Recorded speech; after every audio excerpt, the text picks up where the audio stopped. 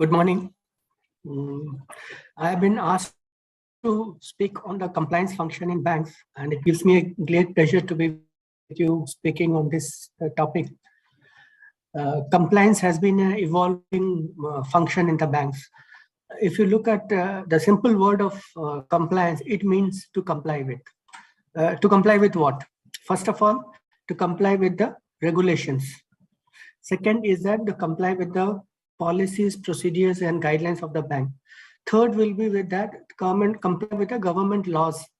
Apart from that, an organization also needs to comply with there are certain voluntary associations bodies, like for in banks, we have a FIMDA, we have a IBA, Indian Banks Associations. We have some voluntary understandings or policy procedures that also needs to be complied with. So in simple words, compliance means to comply with. Now, why the need to comply with so many regulations? First is that every organization has a huge number of people. Like for a bank, if you take any public sector bank, the number of employees may be from 20,000 to 80,000, and state bank leads, it's more than 250,000 employees. So all the employees needs to work or go along the same direction. That is where the policies, procedures, and the standard operating procedures for any bank comes into place. Apart from that, we being a social organization, we need to comply with the certain norms of the society, which is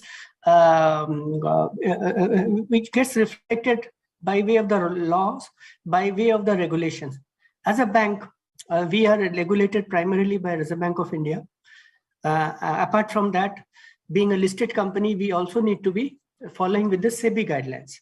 And then, as you know, these days banks have moved on to the business of mutual fund distribution, life insurance distribution. So there is a association of mutual fund, and then IRDA is also there. So all those guidelines need to be complied with. Now, what happens if we don't comply? If we don't comply, there is going to be a heavy or strict penalty on the bank. The penalty, when it comes to the penalty, it could mean not only financial angle, that means you have to pay a big sum of money. Apart from that, there could be a loss of reputation. When this news particularly goes out in the open market, the various stakeholders, the public at large, the government, the regulators, they become skeptical about that organization. So there is a reputation loss. So primarily, a compliance function aims to comply with all the rules and regulations. Second is to reduce the reputation risk. Along with that, the legal risk. Everything boils down to reputation as well as the legal risk. This is the basic concept why compliance should be followed by all organizations. Remember one thing, compliance is not only for banks. Every organization has to comply with. Every organization, be it even if you take a case of a small shop, you need to comply with. I will give you an example. Suppose you have a jewelry shop, and as you know, in jewelry shop, they do purchase gold or jewelry from people and then they sell it. There is a resale market.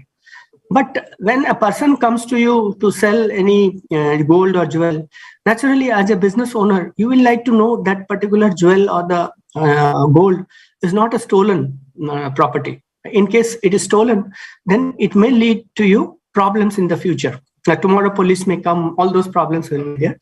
Therefore, this particular aspect which you are looking at when a person comes to sell you a jewel, the due diligence which you are doing or the questions which you are asking that person, everything is related to compliance. The banks being one of the important players in the economy, and since it deals with people's money, what banks actually do is raise deposit from the one person and lend it to another person who needs the money. In this way, the rate of interest which the bank earns while lending is more than what the rate of interest bank pays to its depositor. Therefore, there is a gap which is a profit for the bank. And the bank is required to comply a lot of guidelines. As I told you, Reserve Bank has huge numbers of guidelines on each aspect of banking. May it credit, be it deposit, be it rate of interest which the bank should apply on the deposit or on the loan. Even how you onboard a customer, KYC. There is anti-money laundering. I will come as I go ahead. These are all the regulations which RBI stipulated and we need to follow. Each and every one, the regulation. And it was around 20-25 years back where the need was felt that there should be a separate compliance function who should look after whether that organization is complying with the rules and regulations, because the business units, when they are doing their business in their day-to-day operations, it may not always be possible to comply with the guidelines. So there is an independent person or a department which looks into all these aspects. This will be clear when I explain to you the other aspects also. Theoretically, the compliance, there are 5 distinct pillars which is recognized for an effective and successful compliance function in any organization. First is that there should be an independent compliance officer. Why independent? Because when you have to comply with rules and regulations, the business unit, in their zeal to do business, may often be tempted to overlook some of the regulations. So therefore, there is need to be an independent person who will guide that, don't do this or do this. And the independence of compliance means that the compliance function is not responsible for any of the business targets. They are independent of the business target. And as a compliance member of the compliance team or a compliance head, you need to be only focused on the rules and regulation that needs to be complied with. Even at the cost, if due to a certain rule, you are not in a position to do any business, then let it be so. Another within this aspect is that the head of compliance should be having adequate authority so that he will be in a position to give or guide or advise the top management with the right perspective. If a person who is at a lower rank, he is there, in that case, what happens is his views or advice may not be taken seriously, and that may lead to problems for the organization. Therefore, the compliance function should not only be independent, but the head of compliance should have adequate authority. And that is why normally, if you look at different organization structures, the head of compliance reports to the CE or to the ACB or to the board, depending on the size of the organization. So this is the first pillar of compliance to make it effective. The second is that there should be adequate policies and procedures. Now, when you want to know what to be complied with, there needs to be some policies, guidelines. That is what needs to be complied with. And when any organization formulates any policies, procedures, guidelines, definitely the first priority, or rather the first thing which comes to the mind when framing the policies, procedures, but what are the regulations prevalent in the country? And all those policies, procedures, guidelines should exactly in total comply with the regulations. And these policies, procedure help each and every member of the organization to discharge his duty exactly in the correct manner, so that there is no non-compliance. And it helps the entire organization to move along a particular direction in a specific way. Apart from that, the policies, procedures also define the risk appetite. Now, whether as a bank, we can take money from but somebody robbed some person and he brought that money to the bank to keep it in the deposit. Whether the bank should accept it? No, because that money is illegal and accepting will expose the bank to a huge risk. Therefore, the policies procedure also define the what I would say is the risk appetite. How much risk you are willing to take. And if there was no policies, because of the different attitudes, and the beliefs of different person, one person may be a totally risk avoider. At the same time, there will be another person who may be taking all the risk. So that could land to the organization into problem. Therefore, the policies procedure also define the risk appetite of an organization. The third point which comes into the third pillar for a successful and effective compliance management is that training. Where as a compliance function, this particular team is expected to look at all the aspects of the banking whether it is a customer facing or a non-customer facing area, which the bank does in its day-to-day activity. And as a one single person, unless you are exposed to training, proper training, relevant training, you may not be in a position to discharge your duty, because the primary building block of compliance, to be a member of a compliance team or a compliance function, is that you should have knowledge on that particular area. Now, what are the areas? Like in banks we have is, you can say credit, giving loans.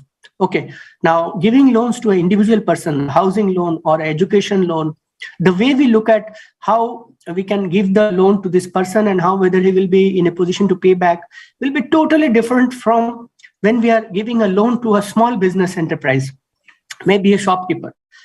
Similarly, if you look at a loan which we are giving to a big organization, say Hindustan Petroleum, Reliance Industries, or maybe Tata Group.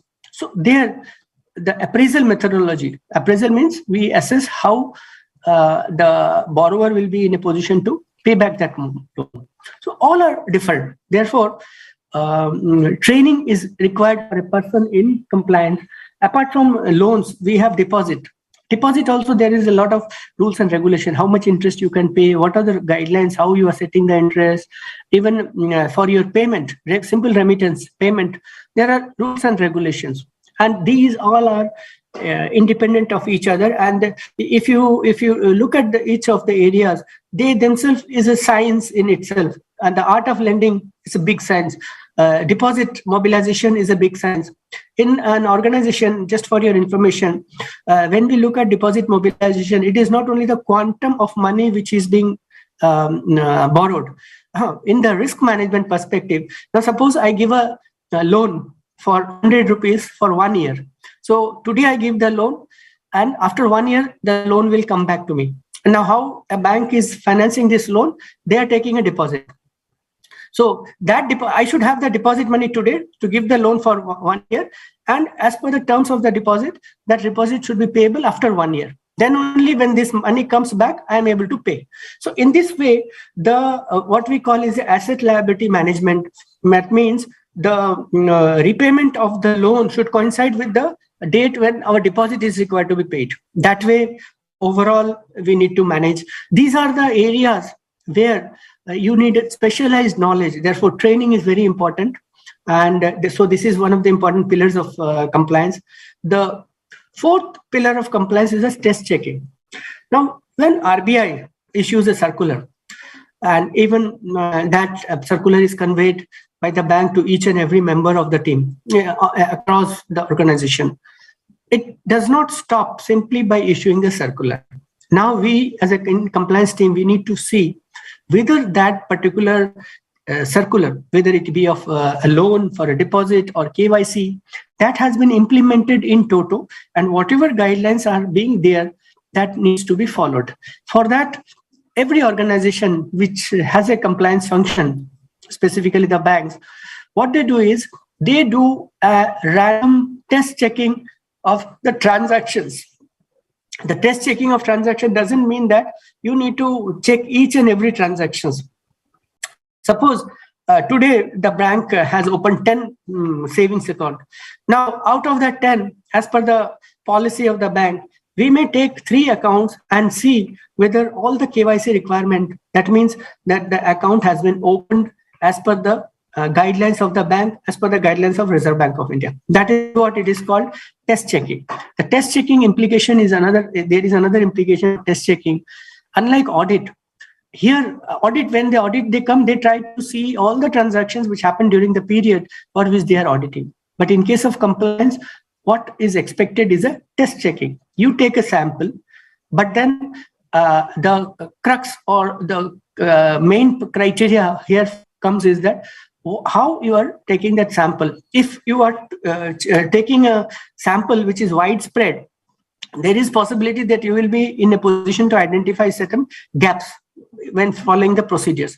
And in case you have not taken a proper sample which represents the entire population, there are likelihood that you may be only choosing the right ones, and in this process you are missing the wrong one which should have been identified so that proper corrective actions are taken at the right time. So that is why, and if we do the test checking, what I mean to say is that suppose in a bank, in a branch, there are 100 account, current savings account, and we as per our policy, we took a sample of 15 accounts and we checked, we found everything is okay. But tomorrow something happens in the remaining 85. In that case, we are protected in the sense that as per the policy, we did the test checking. We are not supposed to do the thorough checking. Okay, so therefore, in compliance, the important pillar is test checking of the samples. Why? Because we need to ensure that the rules and regulations, policy guidelines, all are followed across the banks. We are not audit persons, but we are compliance person. The fourth pillar of compliance is customer due diligence. Customer due diligence, what it means is that whenever you are doing any business, be it an individual or an organization, the first thing why an organization or a business organization existed is because of its customer. An organization provides a service that the customer wants, and in lieu of that, the customer is making some payment. That is the income for the organization. That is how the organization survives. The first thing in any business is to know your customer. For example, I had given you the example of a jewelry shop. Somebody comes to you to sell a gold or a jewel. Naturally, you will be interested that that particular gold or jewel is not what I would say is stolen property. Suppose there is another business which these days nowadays are flushing is a second-hand car.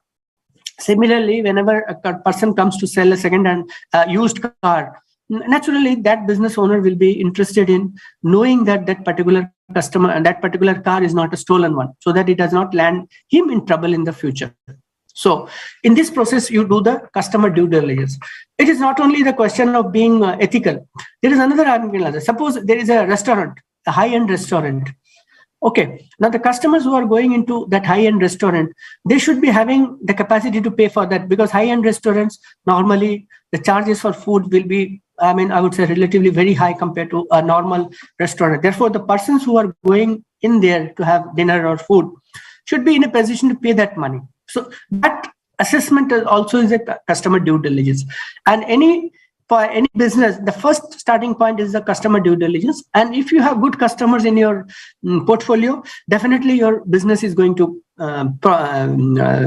flourish. And if you have bad customers in your portfolio, you are in for problem. Bad customers mean, I would say, for a bank, suppose a borrower doesn't pay the loan. It's not because of his circumstances. He willingly does not. So if you have, if a bank has such type of customers, naturally it's going to be a problem for the bank. And the way we do this due diligence to ascertain whether the customer is a good or not, that is what is called a customer due diligence. And in compliance, customer due diligence is very important. I'll come to that point. And another new concept which has come in, which has become the sixth pillar of compliance, this was introduced some 2 years, 3 years back, was the beneficial ownership. Now, as an individual, you are an individual, X, Y, or Z. There is nothing, more than this to that. But suppose there is a company, there is a trust, there are somebody who is actual owner, but this trust or company is a legal entity which is separate from its owner. Therefore, whenever you are doing business, specifically for the banking, the first point after the customer due diligence is that you should know who is the actual beneficial owner for that particular entity. This will help you a lot. Suppose, why? Because there are many criminals who are doing wrong activities. And in order to hide their identity, true identity, they may be putting up some shell companies or maybe shadow entities. From there, they come into the bank to borrow or deposit their ill-gotten wealth. So these are not expected business for the bank. Therefore, the bank will do the identification of the beneficial ownership. And in the process of onboarding a customer, the identification of beneficial ownership has taken a very important role. Rather, I would say one of the critical aspects of onboarding a customer from the compliance point of view, not only compliance, I would say, even for the safety and security of the organization. So these are the 6 pillars of compliance, which is very essential for having an effective compliance management. Now, going beyond the theory, the first topic which comes in compliance is the KYC, know your customer. Now, any organization, how does it do the KYC? When you go for opening an account, the first thing the branch will ask you is that whether you have an identity document. The identity document could be Aadhaar, it could be passport, it could be your PAN card. Now, what does these documents establish? Now, you know, when you are going to apply for a passport, you apply it, you go and appear before the passport officer. Then what he does is he approves your application. And after that, there is a process called police verification. The police verification, what he does is he comes to your house, he makes inquiries at the locality where you live to establish that you are the same person who is identified. And in the police verification process, there is another aspect involved, that is a criminal antecedent of that particular person. That also gets checked. So when you get a clear report, that, and after that you get a passport. So the identity which the passport establishes is that this is such and such person, and he is living at such and such address. Okay, and to a large extent, the credibility of the person also gets established. Now, apart from the identity of the person, another aspect of KYC is, where do you live? You live in Bombay, maybe in Mahalakshmi, maybe in Bandra, or maybe in Kurla. So you have an address. Now, if the document which you have submitted to the bank has that address, and this is that is where you are staying, then it helps to establish that you are such and such person and staying in such and such person. So this completes the identification process. But apart from that, there are certain additional information also needed for the bank when you are opening an account. Now, that could be what you are doing. I mean, what business you are or what you are doing. You may be a student, you may be running your own business, sole proprietor business, whatever be it. You may be an employed person, you may be a professor, you may be a police, or you may be even a politically influential person. So that aspect also needs to be ascertained. And then we need to ascertain also what is your income level. Why income level? Because based on that, there will be an estimated amount of or expected amount of transactions in the account. That is very important. And apart from that, the banks also take other information, like whether you are married or you are staying in your own house or a rented house, how you are commuting, all these things. Now, these informations are required from the business perspective, so that suppose if you say that I'm living in a rented accommodation, the bank can look at you as a customer for a housing loan. If you are saying that I only own a two-wheeler, then possibly, depending on your income, you could be a customer for a car loan. So these are the business aspect, but primarily from the compliance perspective, it is basically the identity. Who is this person?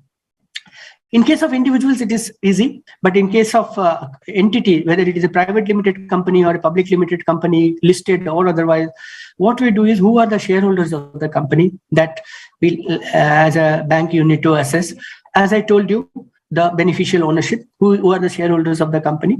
Second is that then who will be the persons who will be authorizing transactions because an organization is a non-individual. It's a legal entity. It does not have a physical shape. It exists in the eyes of the law.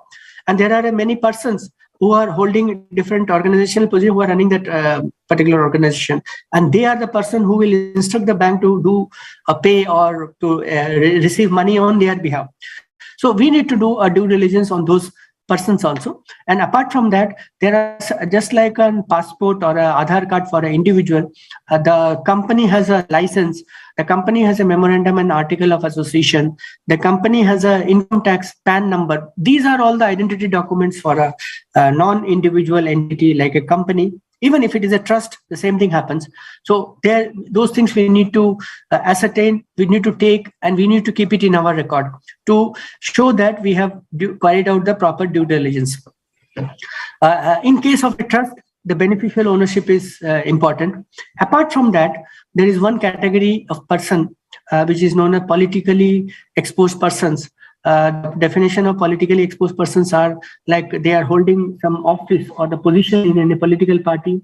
They are high-ranking government officials, or maybe they are people who are able to influence in the society. I mean, a big religious leader, all those people.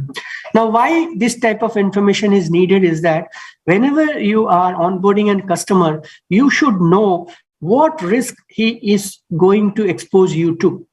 A simple salaried person who is getting salary, we can put him in the low risk. At the extreme end will be the politically exposed person, because you don't know, tomorrow he may be forcing you to do something, or at the same time, normally many of the politicians have a lot of unaccounted for wealth that he may be trying to push it in your bank. All those things are not accepted or is norms of behavior. Therefore, we need to assess what is the risk category of the person. The risk category of the person, what it means is that if it is a low risk person, then our due diligence, you see, it is not that at the point of onboarding you need to do a due diligence. The due diligence needs to be on a continuous basis, on a transaction. There is a concept called transaction monitoring. So you need to monitor how the customer business is behaving, the account of the customer is behaving. If it is a say salaried person, as I told you, we can put it at low risk. Possibly in this particular account, what we can expect is that his salary will be remitted, his salary will be coming in, and every month expenses will be paid off from this, the credits which comes to the account. Now, say somebody comes in and says, I am a student, and he opens an account. Now, as a student, naturally, you don't have any source of income. But when after the account is opened, now you see that there are, what I would say, millions of rupees or maybe crores of rupees are being transacted through that account. Now, this should raise a red flag in that as a student, you are not earning anything, except maybe you may be getting support from your family, or you may be doing small jobs. So that much of amount should not, then there is a red flag, as I told you, and you should investigate rather, you should ask that person and satisfy yourself how these crores of rupees are coming in that. It should not be that somebody is using this account to route his illegal money. So these are the aspects why we need to do the KYC. We need to do the risk categorization of the customers. And as I told you, the risk categorization is not a one-time process. Once you categorize the risk and then you monitor the transactions in the account, the example which I gave you, if a student account, there are crores of rupees coming in and going out, then naturally it is a high-risk account. And in case of a high-risk account, the monitoring level will be a little more stringent. Basically, underlying principle is that since so many numbers of customers are there, and in today's world, because of the technology, many things are passing through the system, you are not aware of that. Therefore, there is a need to do your monitoring exception basis. The high risk accounts, you should do more monitoring compared to the low risk account. That is why managing by exception. So this is the fundamental idea why KYC is done. And after doing the KYC, what the bank is doing and how the bank is monitoring the account based on the risk profile of the customer. Now, the monitoring, ongoing monitoring, which I was telling, is important because there is an, you might have heard a word, money laundering. What is money laundering? Money laundering is that any illegal money which has been, which a person gets, is getting incorporated, or rather getting induced in the legal money system. Money laundering is not a desirable thing for any society because it has a lot of ill wealth, and money laundering involves criminal activities. Now, how do you assess which account may be susceptible for money laundering and which not? Now, there are some businesses which are high risk from the money laundering part. Real estate, many significant portion of the money is unaccounted for money. So if a real estate account or a customer is there, he may be using that account to launder his money. That means his illegal money he would like to introduce into the legal system. Because what is happening is that nowadays it's not possible for you to take cash to make for a high value transaction. Cash, you cannot give it physically. So many of the people use it for banks. Apart from that, money laundering, illegal terrorism financing, or any money for terrorist activity, all these are all called money laundering. And how you identify money laundering? It is basically through your transaction monitoring system. That means on an IT system, each and every transaction is monitored. Okay, now we have a anticipated turnover. Turnover, how much transaction will be routed through your account. So we have a standard. Now that compares the actual transactions. Whenever the transaction exceeds too much the expected limits, then it throws an alert. And in that case, the bank has to look into that particular transaction and ascertain whether that money is safe or not. This is known as transaction monitoring, and it is one of the important aspects, or rather one of the important method of having a check on that your bank is not being used for any money laundering purposes. Money laundering is a very high risk, and you would have heard about one organization, FATF, Financial Action Task Force.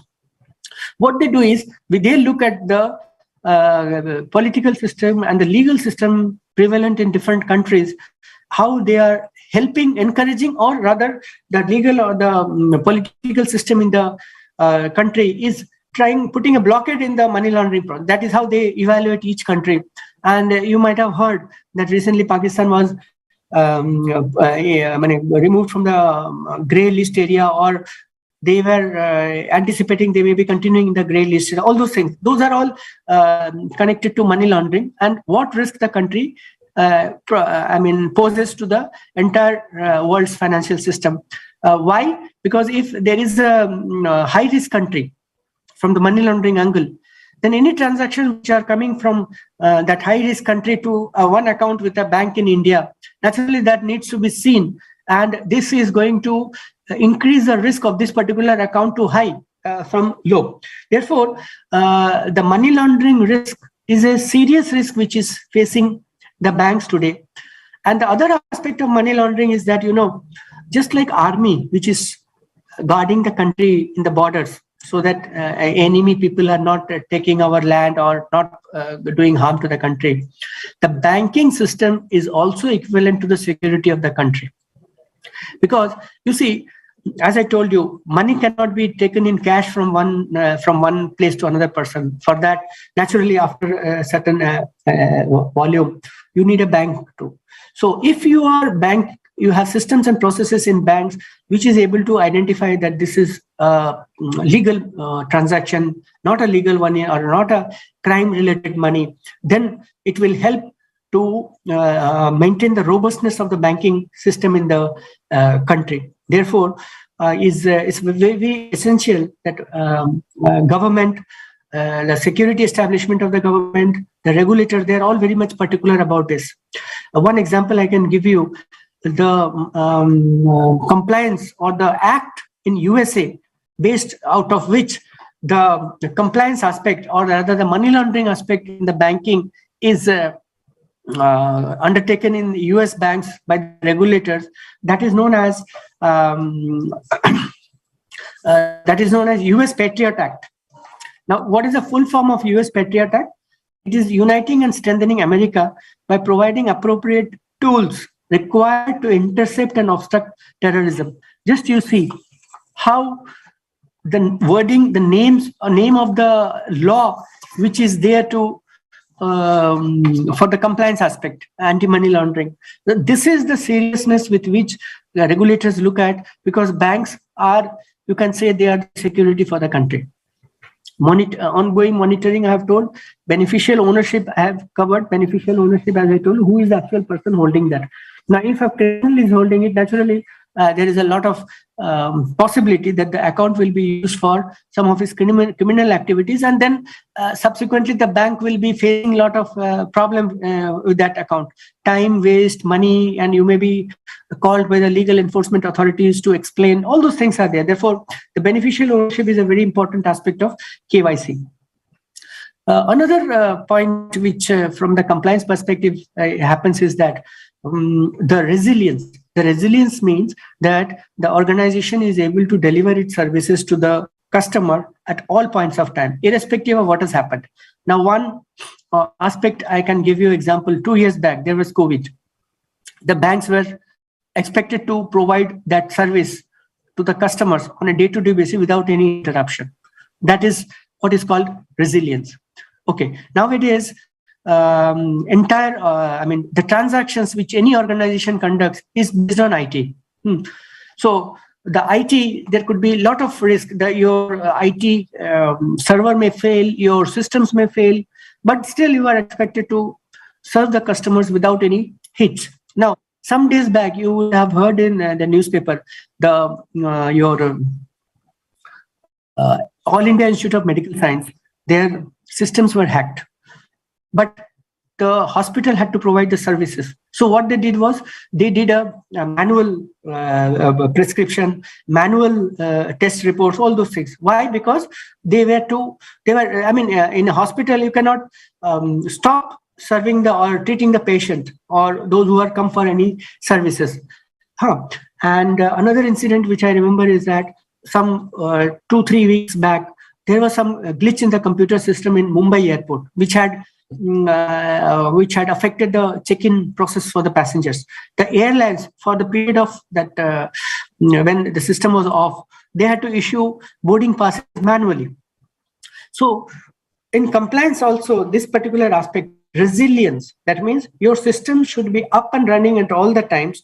And as you know, prevention is better than cure. So whatever is required to do to keep the system up and running, everything needs to be done. And as a compliance function, we should see that all things are in place so that the system is up and running anytime, even if any external event happens, which is trying to disrupt the functioning. That is called resilience. And this is one of the areas where compliance, because the regulator also doesn't want that the bank should have a system should be down for too much of a time, so that customers are put to inconvenience.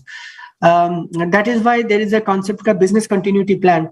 All the banks, rather all the organizations, I gave you examples of a hospital, I gave you examples of a airport. They all are required to have a business continuity plan. That means in case of any exigencies, you are in a position to provide the services. Now, with this, especially from the banking perspective, or rather even in general security establishment perspective also, because we are relying too much on the IT systems, cyber security is taking a very important step, or rather very important role in the entire day-to-day functioning of our systems. Our systems, as you know, there are a lot of people who try to hack into your system and then disrupt the services, either for fun or maybe for money also.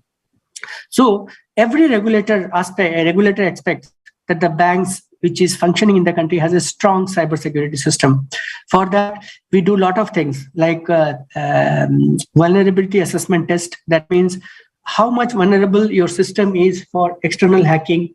All those things we need to do on a periodical basis to ensure that any gaps which are identified, they are plugged in, and if there are any shortcomings, those are addressed and remediated, and our system is strong.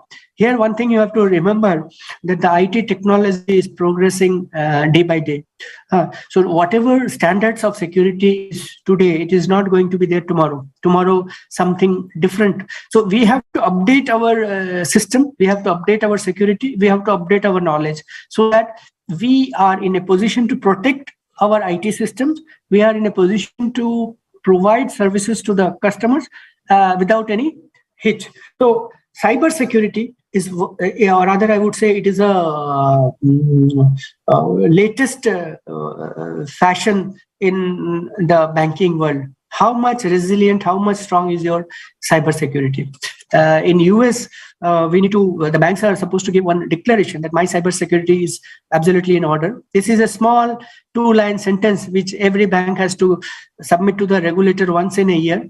But based on that system, when they come for examination of the bank, they will do a thorough checking of the bank, and they bring in experts from IT, and they do a thorough checking. And in case your statement that my systems are perfectly in order or okay, strong, and if they find any breach, you may be subjected to a huge penalty. And nowadays what is happening is that especially the CEOs and the compliance officers, they for many advanced jurisdiction, they become personally liable. One example was from around 3-4 years back. Wells Fargo is one of the big bank in USA. It so happened that there was a complaint against the bank that they were misselling about their credit cards.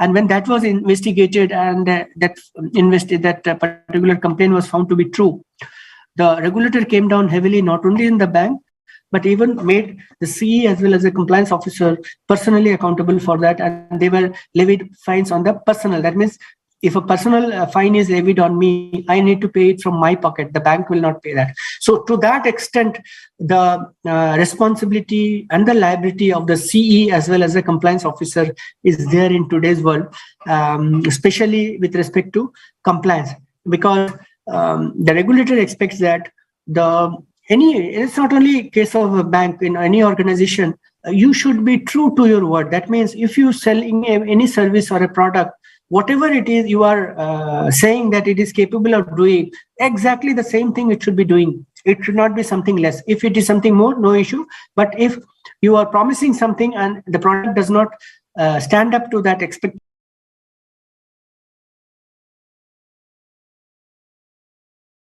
only.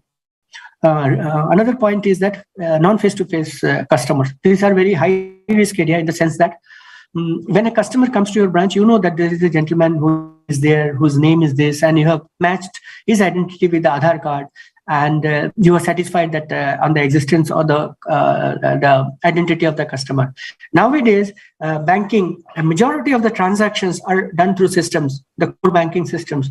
And in order to make banking available to the customer at his doorstep or at his house, you all agree with me that a lot of transactions are getting done through the system. Nowadays, people, for majority of the transactions, they are not coming to the branch to deposit a check or to ask for a demand draft. They are sitting in their office, they are sitting in their home and doing this transaction. So in line with this particular development where people can do, there are also banks are coming with newer ways to onboard customer in order to improve its market share. One is the non-face-to-face customer. Non-face-to-face customer means that you are opening an account sitting at home and you are not appearing or going to the branch physically.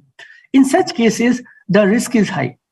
Why? Because non-face-to-face customer, my name is X, but my identity might have been stolen by somebody, some Y, who may be a criminal person, and he will open an account in the name of X, and he will try to route all his illegal transaction through the name of X, so that tomorrow, if anything happens, the legal enforcement authorities go and catch X, not Y, who has done it. So there is a huge risk in the non-face-to-face customer onboarding.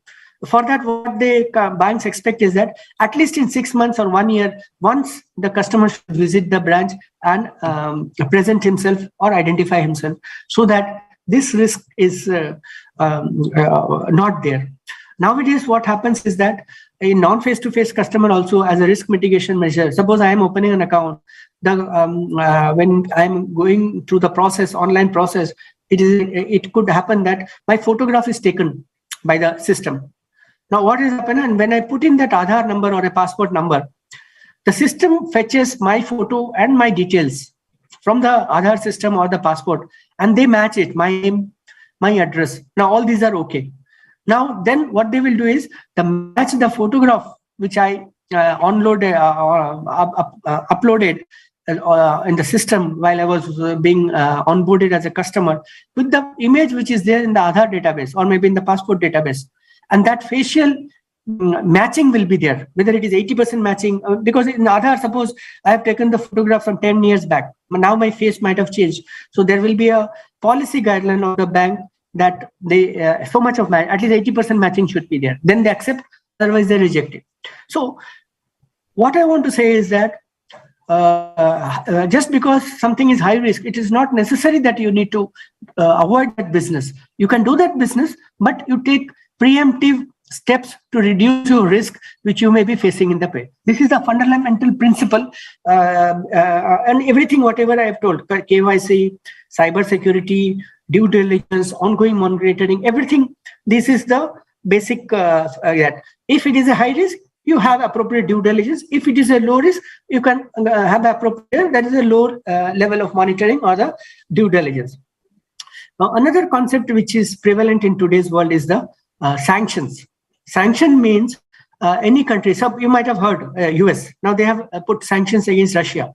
You would have heard the name of North Korea. North Korea, most of the countries have sanctions. Okay. Now, even as a India, we need to follow the UN guidelines. The UN, apart from North Korea, Syria, they have also listed many terrorist organizations which under the sanctions regime. That means what? The member countries of the United Nations cannot do any transactions with those names who are put in the sanction list. There could be a comprehensive sanction, which means the entire country. So Korea falls under comprehensive transaction. Anybody cannot do any transaction with Korea. But remember one thing, on humanitarian grounds, if there is a transaction which is of supply of food, supply of medicine, these can be done with the sanctioned entities or the provided appropriate license of the authority is there. Without that, nobody is expected to do any transaction with a sanctioned entity.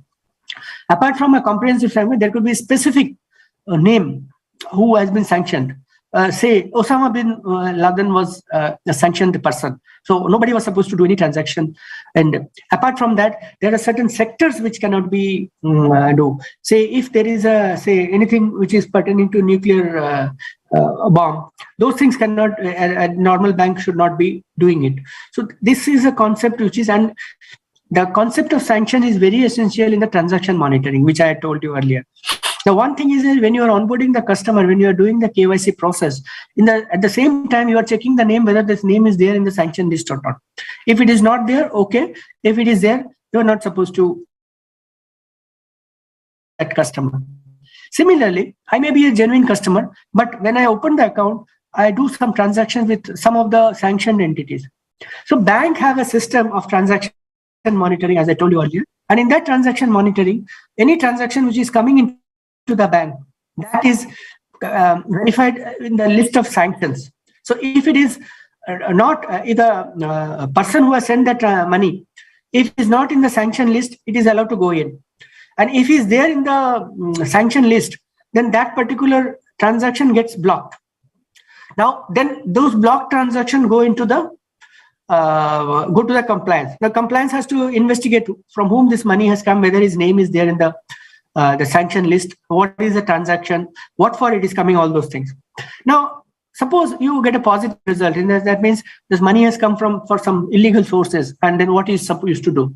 There is a concept called suspicious activity. These are all suspicious activity, and as a bank, you are mandated to report such activity to the law enforcement agencies. You are not supposed to take any action on that. Only thing is that you need to report this transaction to the law enforcement authority.